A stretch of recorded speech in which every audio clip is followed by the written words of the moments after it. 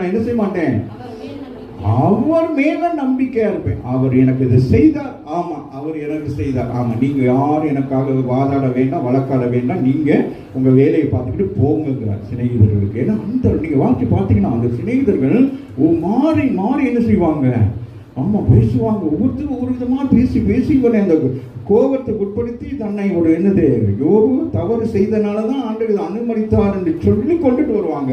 அவன் சொல்லுவான், என் ஆண்டவர் அப்படிப்பட்டவர் அல்ல, அவர் நீதி செய்கிறவர் என்று சொல்லி கரங்களை தட்டி தேவனை நினைவுபடுத்துகிறார். யோபு 42:12 வாசிப்போம்.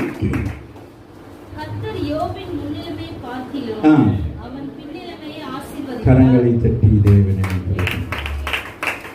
இழந்தது ஒன்று, சொல்லுங்க, இழந்தது ஒன்று, வேறு ஒன்றை பெற்றுக்கொண்டான், அது இரட்டிப்பாய் பெற்றுக்கொண்டான்.